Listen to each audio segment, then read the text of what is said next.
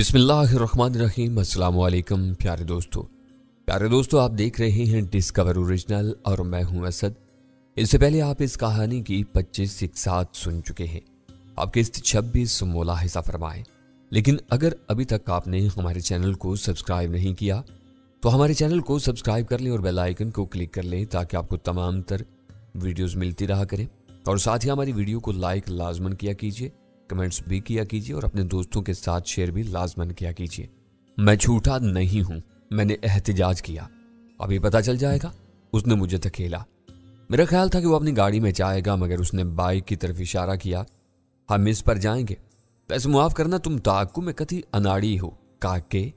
इससे तो अच्छा था कि तुम मेरी गाड़ी की पिछली सीट पर बैठकर मेरा ताक्कुब करते। हाँ, मैंने पहले कब किसी का ताक्कुब किया है। मैंने बाइक का स्टार्ट करते हुए खिफा से कहा, लड़कियों का भी नहीं। वो मेरे पीछे बैठ गया। आगाज़े जवानी से अब तक ऐसी कोई हरकत नहीं की है। मैंने उसे यकीन दिलाया। तब तुमने वक्त गंवाया है और अगर तुमने झूठ बोला है तो अपनी जिंदगी भी गंवा दोगे। उसने मुझे आगाह किया। हम हॉस्टल की तरफ रवाना हुए तो सूरज डूब रहा था और कुछ देर में तारीकी छाने लगी। उसने मेरे कान में कहा, मैंने तुम्हारे बारे में एक आर्टिकल पढ़ा था, मतलब आदिल के बारे में। इसमें तुम्हारा जिक्र भी था। मैं ऐसे किसी आर्टिकल से नावाकिफ हूं और पाकिस्तान आने के बाद से मैंने शायद ही कोई अखबार पढ़ा हो। तुम इसी जाहिल कौम के नुमाइंदे हो जिसे पढ़ने लिखने से कोई दिलचस्पी नहीं है। ये गलत है, मुझे दिलचस्पी है, लेकिन यहाँ आने से पहले और बाद में जिन हालात से मैं गुजरा हूँ, इसमें आदमी को खाने पीने का होश तक नहीं रहता। अखबार पढ़ने का ख्याल कहाँ से आता? क्या कि मैं शर्तिया कह सकता हूँ। तुमने एक वक्त का खाना भी नहीं छोड़ा होगा और पिया भी डट कर होगा। ला हौला वला कुव्वत। मैंने कहा, मैं पीने पिलाने वाला आदमी नहीं हूं और अस्ताब दिस काका। मेरी मुराद लस्सी, चाय, काफी और शरबत से थी। उसने अयारी से कहा, बाय द वे हम कहाँ जा रहे हैं? माल रोड, गुलबर्ग। ठीक है, बस दूसरी दुनिया जाने की कोशिश मत करना। बस होल ज्यादा दूर नहीं है। मुझे निकालने में 1 सेकंड लगेगा और दूसरे सेकंड में तुम फोत हो जाओगे। मैंने तुम्हें अपने बारे में सच से बता दिया, लेकिन तुम्हारे बारे में कुछ नहीं जानता। जान जाओगे, इतनी जल्दी क्या है? उसने बेपरवाही से कहा, पहले साबित तो करो कि तुम सच बोल रहे हो। मैं साबित कर सकता हूं, लेकिन एक मसला है। हॉस्टल में किसी को कमरे में ले जाने की इजाजत नहीं है। ये मेरा हेडिक है, मैं इजाजत ले लूंगा। उसने यूं कहा कि फिर मुझे खामोश होना पड़ा। हम समनाबाद से निकले और मजंग से होते हुए गुलबर्ग पहुंच गए। शाम होते ही ट्रैफिक में इजाफा हो गया था और जो लोग गर्मी की वजह से घरों में थे वो भी बाहर निकल आए थे। इस तरह मैंने मेन माल रोड का रुख करने से गुरेज किया और अंदर की गलियों से होता हुआ हॉस्टल पहुंच गया। वो नीचे उतरा और इसने तनकीदी नजरों से हॉस्टल और आसपास का जायजा लिया। फिर उसने मुझसे कहा, मैं तुम्हारा दोस्त हूँ। वो कैसे? बस हूँ, अब अंदर चलो। हम अंदर आए तो शफीक उसे देख कर चौंका। इससे पहले वो कुछ कहता, मैंने जल्दी से कहा, ये मेरा दोस्त है, तो डॉक्टर साहब इन्हें लाउंज में ले जाएं, मुझे एक चीज दिखानी है। सॉरी डॉक्टर साहब, मैंने आपको बताया था कि हॉस्टल का असूल है कोई। उसने मुझे पीछे किया और अपना रीछ जैसा हाथ आगे किया था कि शफीक का रंग उड़ गया। उसने हकला कर कहा, अच्छा जी, वो मुझे क्या मालूम था, आप जाएं जी। मुझे नहीं मालूम था कि उसने शफीक को क्या दिखाया था कि उसने यू टर्न लिया था। मैंने शफीक से कहा, हम बस 2 मिनट में आते हैं। वो मेरे साथ ऊपर आया और जब मैंने कमरे का दरवाजा खोला तो मुझसे पहले अंदर घुसा था। कमरा खाली पाकर उसने वॉशरूम में झांका, फिर मुतमईन होकर मुझे दरवाजा बंद करने को कहा। मैंने हुक्म की तामील की और अपना बैग खोलकर इसमें से अपनी दस्तावेजात वाला छोटा हैंड पाउच निकालकर इसकी तरफ उछाल दिया। उसने अंदर से पासपोर्ट, शनाख्ती कार्ड और ड्राइविंग लाइसेंस के साथ मेरे मेडिकल कार्ड का भी मुआयना किया और मुतमईन होकर इन्हें वापस बैग में डालकर वापस कर दिया। ओके डॉक्टर साहब, अब तुम मुझे अपनी स्टोरी सुना सकते हो। अगर तुम सचमुच गौहर शाह के डसे हुए हो तो हम दोनों कम से कम हैंड शेक कर सकते हैं। मैंने काका न कहने पर सुकून का सांस लिया और बोला, अभी मैं तुम्हारे बारे में जानता तक नहीं हूं, तो तुम्हें अपनी कहानी क्यों सुनाऊं? उसने गौर किया और सर हिलाकर बोला, ओके, मेरा नाम तारिक मजीद है। मैं जर्नलिस्ट हूं और आर्गन पायरेसी के खिलाफ काम करने वाली एक NGO के लिए काम करता हूं। मेरा मुंह खुले का खुला रह गया था और शायद हैरत के तासुरात मुंजमद हो गए थे। उसने मेरा शाना हिलाया। क्या हुआ काके? मैं चौंका, मुझे यकीन नहीं आ रहा। क्यों? उसने खफगी से कहा, मैं तारिक मजीद हूं। उसने अपना पर्स निकालकर शनाख्ती कार्ड सामने किया। इस पर उसका नाम तारिक मजीद था। फिर उसने ड्राइविंग लाइसेंस और जर्नलिस्ट होने का कार्ड दिखाया। मैं ये नहीं कह रहा, मैं तो खुद तुम्हें तलाश कर रहा था। मैंने अपने दोस्त शादाब से तुम्हारे बारे में सुना था और उसी ने तुमसे मिलने का मशवरा दिया था। उसने सर हिलाया। मैं उसे जानता हूं। उसकी किस्मत अच्छी थी कि वो बच गया।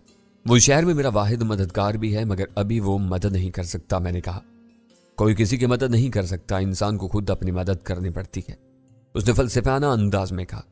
हाँ, लेकिन बहुत से काम ऐसे हैं जो एक आदमी नहीं कर सकता। वो कुछ देर सोचता रहा, फिर उसने सर हिलाया। ठीक है, अपना मसला बताओ, हो सका तो मैं तुम्हारी मदद करूंगा, या नहीं आओ बाहर चलते हैं। हम नीचे आए तो शफीक अहमद ने पुरतबाक अंदाज में उसे रुखसत किया, बल्कि दरवाजे तक छोड़ने आया था। मैंने बाहर निकल कर पूछा, तुमने उसे क्या दिखाया था? कुछ चुटकुले जेब में पड़े रहते हैं, इनमें से एक दिखाया था, उसने बेपरवाही से कहा, मगर मजीद वजाहत नहीं की। हम माल रोड पर वाकई एक रेस्टोरेंट में आ गए। यहाँ माहौल पुरसकून और किसी कदर तारीख था। डिनर टाइम का आगाज हो गया था, मगर अभी ज्यादा लोग नहीं आए थे। इसने बैठते ही ऐलान किया, मुझे भूख लगी है। मैंने वेटर को इशारा किया। तारिक ने बिला तकल्लुफ उसे भारी भरकम डिनर लिखवा दिया। इसमें तमाम चीजें सेहत के लिए खतरनाक थी। इनसे कोलेस्ट्रॉल लेवल समेत बहुत सी चीजें बढ़ जाती और उसे ब्लड प्रेशर से लेकर हार्ट अटैक तक हर मर्ज का संगीन खतरा लाहक हो जाता। वैसे उसे देखकर लगता था कि वो इन अमराज को साथ लिए घूम रहा था। मेरे पूछने पर उसने बेपरवाही से कहा, हाँ कुछ होता तो है, मगर कौन घुट घुट कर दिए। परहेजी खाने से तो बेहतर है आदमी जहर खाकर मर जाए। मैं उसे सेहत पर लेक्चर देने जा रहा था कि मुझे ख्याल आया कि मैं उसे यहाँ अपनी मदद पर आमादा करने के लिए लाया हूँ, उसकी सेहत की फिक्र करने के लिए नहीं। इसीलिए मैंने उसे अपनी हालिया रोदात के बारे में सुनाना शुरू किया। मैंने अरब मुल्क में होने वाले वाकयात से शुरू किया था, फिर यहाँ आने वाले वाकयात का जिक्र किया। वो सपाट अंदाज में सुन रहा था, मगर जब मैंने नवाब टाउन के नजदीक वाली कोठी का जिक्र किया तो वो चौंक गया। उसने बेयकीनी से कहा, यह तुम्हारा काम है? कौन सा? आज फेरोजपुर रोड से 4 अफराद की लाशें मिली हैं और खास बात यह है कि उनके मर्दाना आज़ा गायब हैं।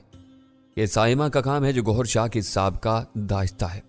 इन लोगों ने उसे बेआबरू किया था, मगर जब हम कोठी से रवाना हुए तो वो सब जिंदा थे। इनके गले भी काट दिए गए हैं। मैं सोच में पड़ गया। फिर मैंने सरफराज को कॉल की, इस लाशों के बारे में बताया तो वो कस्में खाने लगा। उसने सिर्फ अपना काम किया था, वो सब जिंदा थे। सरफराज से बात करके मैंने तारिक को बताया कि वो जिंदा थे, फिर ये इनका काम होगा जिनके ये घुर गए थे। हो सकता है या फिर उस औरत ने कोई चक्कर चलाया हो। सरफराज की मौजूदगी में वो इन्हें कैसे कत्ल कर सकती थी, या करती तो वो लाजमन मुझे बताता। तुम सचमुच काके हो। उसने गहरी सांस ली। वो औरत कोई आम औरत नहीं है। जो गौहर शाह को 4 साल तक अपना दीवाना रखे, उसे आम औरत मत समझो। उसने सरफराज को भी कुछ चक्कर दिया होगा। अगर उसने ऐसा किया है तो ये उसी का काम है। मुझे तो उसका इल्जाम नहीं दिया जा सकता। तुम्हें इल्जाम कौन दे रहा है? मैं तो ये कह रहा हूं कि किसी पर यूं आंख बंद करके यकीन न किया करो। दुनिया चीटरों और चरित्रों से भरी हुई है। मैंने आगे बताया जब साइमा ने मुझे डिफेंस वाली कोठी का बताया और खुद गायब हो गई। वो चौंका, ये कोठी कहाँ है? मैंने उसे मोहल्ले को बताया तो उसने सर हिलाया। मुझे भी इस बारे में इतला मिली थी, मगर लोकेशन मालूम नहीं थी। मेरा ख्याल है उसने इस बारे में झूठ नहीं बोला है। वो गौहर शाह की दुश्मन बन गई है और उसे नुकसान पहुंचाने की हर मुमकिन कोशिश करेगी। मुझे हुमैरा की फिक्र है। फिक्र करने से कुछ नहीं होगा। अभी डिनर के बाद हम चलते हैं और बंगले का मुआयना करते हैं, उसने तसल्ली देने के अंदाज में कहा। ये बता सकते हो कि इमारत की शनाख्त क्या है और इसके हिफाजती इंतजामात क्या हैं? उसे बताने लगा कि बंगले की इमारत किस साख्त की थी और उसके गिर्द कैसे हिफाजती इंतजामात थे। वो गौर से सुन रहा था। इस दौरान में सर्विंग शुरू हो गई थी और तारिक मजीद के दोनों हाथ नहायत तेजी से चलना शुरू हो गए थे। वो सिर्फ खुश खुराक ही नहीं, तेज खुराक भी था। मैं सुस्त रवि से खाता और सोचता रहा कि यह सुस्त भालू नजर आने वाला और इतना खाने वाला शख्स मेरी मदद क्या करेगा। जैसे जैसे वक्त गुजर रहा था, हुमैरा की सही सलामत और बाबरू वापसी के इम्कानात कम होते जा रहे थे। मुझे पता नहीं चला कब उसने डिनर मुकम्मल किया, मगर एक कर्जदार डकार ने मुझे ही नहीं सारे डाइनिंग हॉल को चौंका दिया था। बाज नफासत पसंद लोगों ने तारिक को घूरा और मैं खफीफ सा हो गया। इसे तो गालबन किसी की परवाह नहीं थी। इतनी देर में वो तकरीबन तमाम चीजों का सफाया कर चुका था। निस्फ जग पानी हल्क से उतार कर उसने टकार ली थी और फिर झूमता हुआ वाशरूम की तरफ चला गया। मैं खा चुका था, इसलिए वेटर को बर्तन उठाने और काफी लाने को कहा। जब तक तारिक वापस आया काफी आ गई थी और वो खुश हो गया। यकीनन एक ही काफी नोशी के दौरान उसने कहा, ये सरफराज कैसा बंदा है, तुम उस पर एतमाद कर सकते हो? उसकी जान यानी उसकी रकम मेरे कब्जे में है, तभी मजबूर है। ठीक है, उसे कहो असलहे वाली गाड़ी लेकर विनस हाउसिंग स्कीम के सामने पहुंचाए। वहां से डिफेंस कुछ ही दूर है, इसके घर से भी करीब पड़ेगा। वो शायद इसके लिए आमादा ना हो, तो आमादा करो ना काके। बकौल तुम्हारे उसकी जान तुम्हारे कब्जे में है। मैंने सरफराज को फिर कॉल की।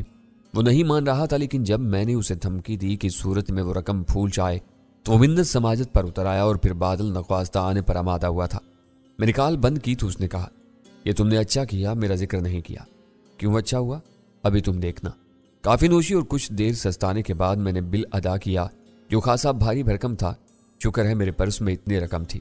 हम बाहर आए और फिरोजपुर रोड की तरफ रवाना हुए। वो मेरे पीछे बैठा हुआ था। मैंने पूछा, तुम एक सहाफी हो, इन चक्रों में कहाँ पड़ गए? तुम तो डॉक्टर हो, फिर तुम क्यों पड़े हो? मेरे भाई को इन लोगों ने मार डाला और इसके आज़ाद छुड़ाए हैं। तुम्हारे साथ क्या हुआ? कुछ नहीं, मैं सहाफी होने के नाते ऐसे लोगों का दुश्मन हूं और ये मेरी ड्यूटी भी है। सवाल यह है कि अगर तुम इनके खिलाफ कुछ सबूत हासिल कर भी लो तो इससे क्या फर्क पड़ेगा? पुलिस इनके हाथ में है। मुझे अच्छी तरह इसका अंदाजा हो गया है। अगर तुम मेरे साथ रहे तो देख लोगे। 20 मिनट बाद हम इस हाउसिंग स्कीम के सामने थे जिसका तारिक मजीद ने नाम लिया था। यह बाकायदा ऑर्गेनाइज आबादी थी। हम मेन रोड पर एक बड़ी बिल्डिंग के सामने रुके जिसके आगे छोटा सा बाग था, मगर वहां फिलहाल तारीकी थी। ये शायद कोई तिजारती इमारत थी क्योंकि इसकी ऊपरी मंजिलों पर मुख्तलिफ बोर्ड लगे हुए थे। नीचे दुकानें थी और वो भी बंद हो चुकी थी। सिर्फ ऊपर जाने वाले जीने पर बल्ब रोशन था और इसका फौलादी जाली वाला दरवाजा लॉक था। तारिक ने मुझसे कहा, यहीं रुके रहो और उसे कॉल करके बताओ कि तुम कहाँ हो। तुम कहाँ जा रहे हो? मैं जो कह रहा हूँ वो करो, उसने कहा और एक तरफ तारीकी में गायब हो गया। मैं अहमकों की तरह खड़ा रह गया। फिर मैंने सरफराज को कॉल की। अकब से ट्रैफिक का शोर आ रहा था। कहाँ हो तुम? मैं यहाँ पहुंच चुका हूँ। आ रहा हूँ, कुछ देर लगेगी, उसने कहा। मैंने उसे लोकेशन बताई। यहाँ आना, मैं सर्विस रोड पर मौजूद हूँ। आ रहा हूँ, उसने कहा और कॉल काट दी। इसका लहजा और अंदाज कुछ अजीब सा हो रहा था। मैं बाइक से टिक कर खड़ा हुआ था। अचानक अकब से आहट हुई और मैंने मुड़ कर देखा तो सरफराज खड़ा था। अगरचे उसने फकीरों वाला हुलिया नहीं बनाया था, मगर अपनी मखसूस विग, दाढ़ी और मूंछ लगा कर आया था। खास बात यह थी कि उसके हाथ में पिस्तौल था और उसका रुख मेरी तरफ था। ये कोठी से मिलने वाले माले गनीमत में से एक था। मैंने जल्दी से हाथ ऊपर कर दिए। ये क्या कर रहे हो? तुम्हारा दिमाग तो ठीक है? बिल्कुल ठीक है, उसने सपाट लहजे में कहा। मेरी रकम कहाँ है? मुझे वो हर सूरत चाहिए। रकम के बारे में तुम्हें बता चुका हूं कि वो हुमैरा के पास है और वो गायब है। बकवास मत करो, तुम झूठ बोल रहे हो। मैं 3 तक गिनूंगा, अगर तुमने रकम नहीं थी तो मैं तुम्हें शूट कर दूंगा। तुम मुझे शूट कर दोगे तो रकम कौन देगा? मैं समझूंगा कि एक बार फिर लुट गया हूं, मगर अब मेरे पास ये जदीद असलिया है। मैं इसे फरोख्त करूंगा तो मुझे 12-15 लाख तो मिल ही जाएंगे। मैं कम नुकसान में रहूंगा, मगर तुम अपनी जिंदगी से महरूम हो जाओगे। उसने पिस्तौल को खतरनाक अंदाज में चुम्बिश दी। रकम के बारे में मैं बता चुका हूं, अगर तुम्हारी नीयत 1, उसने कहा। तुम्हारा दिमाग दुरुस्त? मैं बुखला गया। 2, सरफराज मेरी बात सुनो। 3, उसने कहा था कि अकब से तारिक ने उसके सर पर अपने पिस्तौल की नाल रख दी। 4, ना शाबाश, पिस्तौल इधर दो, उसने कहा और आराम से हाथ बढ़ाकर सरफराज के हाथ से पिस्तौल उचक लिया। मैंने सुकून का सांस लिया था क्योंकि सरफराज का अंदाज बता रहा था कि वो 3 तक गिनकर मुझे शूट कर देगा। गलबन वो घर से फैसला करके आया था और अगर मैं उसे रकम दे भी देता तब भी वो शायद यही करता। इस कीमती असले पर उसकी नीयत खराब हो गई थी। पिस्तौल लेकर तारिक ने उसे आगे धकेला और मुझसे कहा, मैं इसीलिए गया था, मुझे यकीन था कि इस वल्दुल हराम की नीयत में खराबी होगी। सरफराज की हालत खराब थी। उसने घिघियाना शुरू किया था कि तारिक ने उसे थप्पड़ मारा। इसका हाथ खासा वजनी था। वो चकरा गया। गाड़ी और असलिहा कहाँ है? मेरे घर है, उसने संभल कर कहा। मैं अपनी गाड़ी में आया हूं। देखा? तारिक ने मेरी तरफ देखा। इसकी नीयत में शुरू से फतूर था। चल भाई, तेरे घर चलते हैं। सरफराज राजी नहीं था, मगर तारिक ने उसे 2 थप्पड़ और नीचे गिराकर 2 ठुड्डे मारे तो वो मान गया और हाय हाय करते हुए उठा। इसकी गाड़ी कुछ दूर खड़ी थी। वो यहां तक पैदल आया था। तारिक ने उसे गाड़ी में धकेला और खुद उसके साथ बैठ गया और मैं बाइक पर इनके पीछे था। गज्जू मट्टा यहां से मुश्किल से 4 किलोमीटर दूर था। हम गुलबर्ग से यहां आ गए थे और वो हमारे बाद आया था। उसने कार बाहर रोकी थी, मगर फिर तारिक की हदायत पर अंदर ले आया। अंदर आते ही उसने शेराड की तरफ इशारा किया। यह रही कार और इसमें असलिया भी है, इसे लो और यहां से दफा हो जाओ। इतनी जल्दी क्या है मेरे काके? तारिक ने उसे अंदर धकेला। जरा ठंडे को तो पूछ लो, बड़ी गर्मी है। मैं अंदर नहीं जाऊंगा, उसने हठधर्मी से कहा। तो इस बार तारिक ने मुक्के से काम लिया और पेट में 2 मुक्के खाकर सरफराज अंदर ले जाने पर आमादा हो गया। वो लातों का भूत था, बातों से मानने वाला नहीं था। हम अंदर आए। लाउंज में तारिक ने उसे सोफे पर धकेल दिया। सरफराज पेट दबाए इस पर दोहरा हुआ जा रहा था। तारिक ने फ्रिज खोला और बोला, वाह भाई वाह, तूने तो सारी चीजें जमा कर रखी हैं। सरफराज ने होंठों पर जुबान फेरी। तो तुम क्या चाहते हो? तारिक 2 कोल्ड ड्रिंक टिन ले आया था। एक उसने मुझे थमाया और दूसरा खुद खोल लिया। उसने पिस्तौल रख लिए थे, इसलिए सरफराज जरा हौसला मंद नजर आने लगा। तारिक ने कहा, हम बहुत कुछ चाहते हैं और तुम्हें वो सब करना होगा। मैं कुछ नहीं करूंगा, उसने साफ इनकार कर दिया। मैं पागल नहीं हूं जो उन लोगों के खिलाफ काम करूं। तुम पागल नहीं हो, तारिक ने उससे इत्तिफाक किया। इसलिए फर्ज करो इनको इत्तला कर दी जाती है कि नवाब टाउन के साथ वाली कोठी में जो हुआ इसमें तुम मुलविस थे, तो क्या तुम बच सकोगे? सरफराज का रंग उड़ गया। नहीं, इसलिए जैसा हम कहते हैं वैसा करो। ये मत समझना कि हम तुमसे निमट नहीं सकते। तुम्हें बांधकर और इस मकान को आग लगा कर जा सकते हैं। जब तक लोग आग बुझाएंगे तुम्हारी चिता में सिवाय राख के कुछ बाकी नहीं रहेगा। मरने से पहले तुम खासी अजियत बर्दाश्त करोगे और अपने गोश्त के जलने की बू सूंघोगे। इस बार सरफराज दहशत ज़दा नजर आने लगा। खुदा के लिए नहीं, तारिक ने उसका मुआयना किया। सुना है तुम पेशावर फकीर हो? मैं एक सहाफ़ी हूं, यहां का कंगला सहाफ़ी नहीं हूं, लेकिन मेरे पास भी 20 लाख रुपए, ये 6 मरले का पक्का घर और तुम्हारी जैसी स्विफ्ट कार नहीं है। खर अबाई है और कार इदारे की तरफ से मिली है। मेरे अकाउंट में 2 लाख रुपए भी मुश्किल से होंगे। मुझसे अच्छे तो तुम हो। 3 साल पहले ये इतनी ही रकम और गवा चुका है। डाकुओं के हाथों मैंने उसे आगाह किया। तब अल्लाह का शुक्र है, तारिक ने कहा। मुझे आज तक किसी डाकू ने लूटने की कोशिश नहीं की। मुझसे क्या चाहते हो? सरफराज ने पूछा। बताता हूं, तारिक ने कहा। अब तुम फकीराना कास्ट्यूम में आ जाओ। अभी? उसने बेयकीनी से पूछा। हाँ अभी, तारिक ने कहा तो सरफराज फुर्ती से उठकर बेडरूम की तरफ बढ़ा, मगर तारिक ने बर वक्त टांग अड़ाई और वो मुंह के बल गिरा।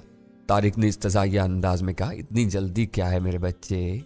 नीचे गिरने से उसका माथा फर्श पर बिछी दरी से टकराया था और चोट ज्यादा नहीं आई थी, मगर उसे चक्कर जरूर आ गया होगा। वो इश्तियाल के आलम में उठा था कि तारिक ने पिस्तौल निकाल लिया। वो रुक गया। तारिक ने मुझसे कहा, इसके साथ जाओ और इस पर नजर रखो। मैं इसके साथ बेडरूम में आया और मैंने भी पिस्तौल निकाल लिया था। इसका क्या भरोसा कि इसने यहां भी कुछ छुपा रखा हो। पिस्तौल की वजह से बादल नख्वास्ता वो शराफत के साथ तैयार होने लगा। पहले उसने जिस्म पर वही आयल मला जिससे उसका साफ रंग स्याही मायल हो जाता था। यही आयल मुंह के खुले और सामने रह जाने वाले हिस्सों पर मला। आखिर में उसने चुका और गले में मालाएं पहनी। अपना कशकोल लेकर वो पूरी तरह तैयार हो गया था। हम बाहर आए तो तारिक शरार से असलहा निकाल लाया था और उसे डाइनिंग टेबल पर सजाया हुआ था। एक राइफल साइमा ले गई थी, इसलिए अब 3 राइफलें थीं और 3 शॉर्ट गन्स थी। एक पिस्तौल मैंने निकाला था और एक सरफराज ने निकाल लिया था, जो उससे तारिक ने ले लिया। इसलिए मेज पर 4 पिस्तौल थे। मैंने सरफराज से इसके पिस्तौल का पूछा। वो उसके बेडरूम की एक दराज में था। मैं उसे भी निकाल लाया और उसके सामान की अच्छी तरह तलाशी ली। खंजर बदस्तूर मेरे पास था। तारिक ने उसका जायजा लिया। गुड, तुम वाकई प्रोफेशनल हो। फिर उसने मेरी तरफ देखा। यह सारा गैर मुल्की और बहुत महंगा असलहा है, मुझे अंदाजा है, लेकिन तुम्हें इनकी ठीक कीमत का इल्म नहीं होगा। यह अमेरिकन साख्ता M16 राइफल है। यहाँ ब्लैक मार्केट में इनकी कीमत 20 से 25 लाख रुपए है।